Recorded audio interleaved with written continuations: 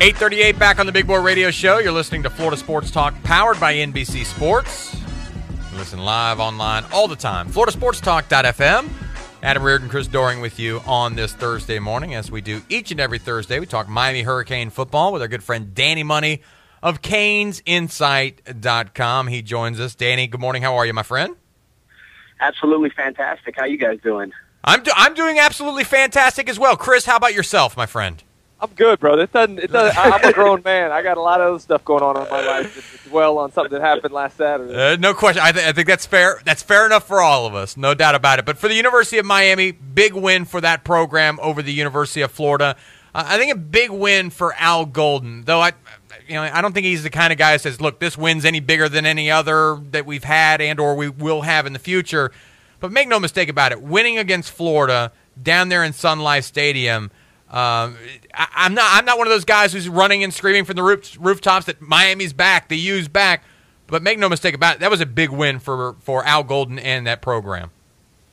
What it was really a validation of the process. If you ever hear Al Golden talk, he's always talking about process. Even this week, he said it's not a bye week, it's a process week. That's really his core philosophy, is abiding by a process every single day, and then you'll get results. But to have players believe in that, you have to at one point see the results.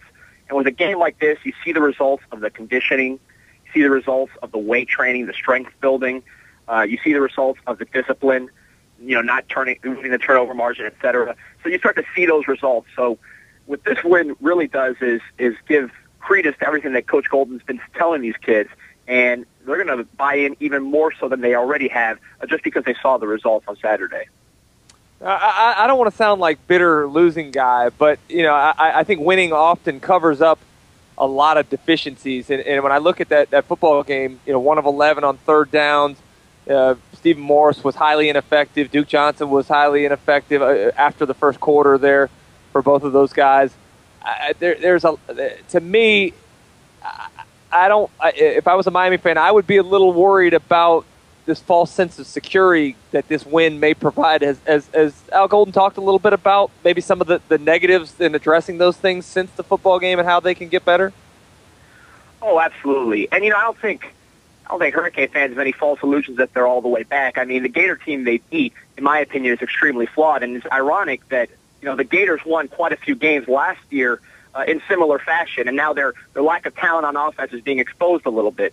Miami is not back either, and unless they improve on their weaknesses, they'll be exposed in the same way when the ball doesn't bounce their way. So, Coach Golden's been stressing the, tighten up the passing game. In the FAU game, it was a little off. There's certainly some question marks about Coach Coley, the way he called the game. He's still getting into his rhythm as a play caller. But, as far as the offense, at some point you have to give credit to the Gator defense. That's probably the best defense that Miami will play all year. And Miami was still able to convert the red zone, which is very difficult to do on this Gator defense, and score some touchdowns with some perfectly executed passes and plays. So you take the good. Obviously, there's a lot of bad. I didn't do anything for 3 quarters. But I don't think anybody's thinking that this is the 2001 Hurricanes yet. What this is just a validation of the process, and also a sign that Miami can be tough, which Miami really wasn't last year whatsoever. Holding the Gators to 2.9 yards a carry, that really, to me, along with the turnovers, is the key stat of the game and the most encouraging thing if you're a Miami fan. Let me ask you real quick, sorry, Adam, a follow-up question to that. You talked about Coach Coley's play calling. I thought they really did a good job in the first quarter, and maybe credit Florida and the Florida defensive staff for making some adjustments, but it looked much more out of sync than what Miami looked on a couple of those early drives. I mean, did you find fault in any of the play calling and the way that their approach was after that first quarter? Absolutely. Our average third down was about 3rd and 11.5 for the Hurricanes, so that's not a good look, certainly. There was some points that the running with Duke Johnson was a little predictable. You're running into 8-man fronts, putting Morris really in a bad position. When you're 3rd and 11 against that Gator defense with those great corners and a defensive tackle like Easley, who's bringing pressure up the middle, preventing you from stepping up in the pocket, that's going to make your quarterback uncomfortable. Quite frankly, I'm happy he didn't make bigger mistakes down the stretch like E.J. Manuel did last year that could have cost us the game. being faced with those bad down and distances. So there is some concern about Coach Coley, but he's a young play caller. He's still learning. This was an enormous test for him. Much more experienced offensive play callers have looked even worse against that Florida defense. So, I keep going back to you got to give credit to that Florida defense. The talent is really concentrated on that side of the ball, Gators.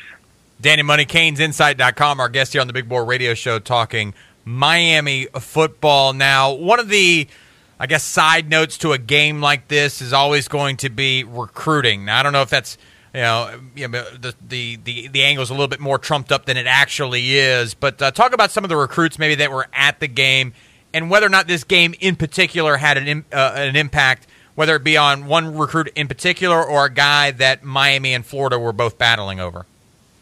There were over 100 recruits at the game, and it was a positive experience all around. You had the crowd. It was very loud. Actually, I was surprised by how pro-Miami the crowd was. Maybe it was because they were winning that the crowd was louder, but the crowd was loud. It was full. The game was obviously the result that Miami wanted. So the 100 recruits that were there, they saw a good show. Braxton Berrios, the slot receiver from North Carolina, he was on his official visit. He had a tremendous time. He could be someone that Miami lands. And Travis Rudolph opened his eyes a little bit, although I still feel he's probably leaning towards the Gators or leading South Florida, but his eyes open a little bit. And Dalvin Cook, who really is, in my opinion, the best player in the state this year, Florida commit, he was at least able to see the game. I don't think it's had an effect on him, but his recruitment is shaping up to be an interesting one, so this is a positive step with him. You take a look at the schedule, and Miami off this week, take on Savannah State September 21st, and then USF. They got a pretty good chance to go undefeated through the first full month of the season and get into October when they start ACC play. Are you excited about the way the schedule lays out now? I mean, given the big win, would Miami rather get back on the field and continue that momentum, or do you think having a bye week at this point in time is going to be of long-term benefit to the Hurricanes and their remaining schedule from this point on? I think the bye week comes at a good time. That's a physical game that they just played. So just from that standpoint, to be able to recover from that game, forgetting about all the other stuff, just physically, I think it comes at a good time. You probably like them to go into the ACC schedule a little bit more battle-tested. They're going to be going against Savannah State's really one of the worst teams playing football, period. I mean, they're a walkover in their own conference. And then you have USF, who's really struggling. So it's going to be kind of a light entry to ACC play, but it gives them a chance to tighten up some things in the passing game, get some young players up to speed. There's a lot of young players that they're counting on to play this year that didn't play in the Florida game just because of the nature of that game and how intense it was going to be. Ufamba Kamala, Artie Burns didn't play a whole lot, Stacey Coley. So getting those guys acclimated in this little quiet stretch could be beneficial as they head into ACC play. Danny Money, CanesInsight.com, our guest here on the Big Board Radio Show. Dan, I guess one opponent out of the way for the University of Miami. How about the NCAA, the opponent that keeps on looming? I guess the never-ending story, if you will, with the NCAA. Is there any timeline, any date, any expectation that they'll hear from the NCAA at any point in the very near future, or is this something we're going to be waiting on for the next 3 years? I've heard a million dates from people directly involved in the investigation, so I would feel out of place trying to place a prediction. I know one source told CBS about 3 to 4 weeks ago that it would come in 3 to 4 weeks. So, some people expect it to happen now. For the sake of the Hurricanes, this would be a great time for the sanctions to come down. You're not worried about being distracted and losing to Savannah State or being distracted and losing to USF. So we'll allow that to pass, and you'll have a little more time to deal with it. No time is a good time, but it's going to come eventually. So as a Hurricane fan, you hope that it comes during this stretch, but no one really knows. Danny Money, CanesInsight.com, the best in the business, talking Miami Hurricane football. As always, Danny, appreciate your time.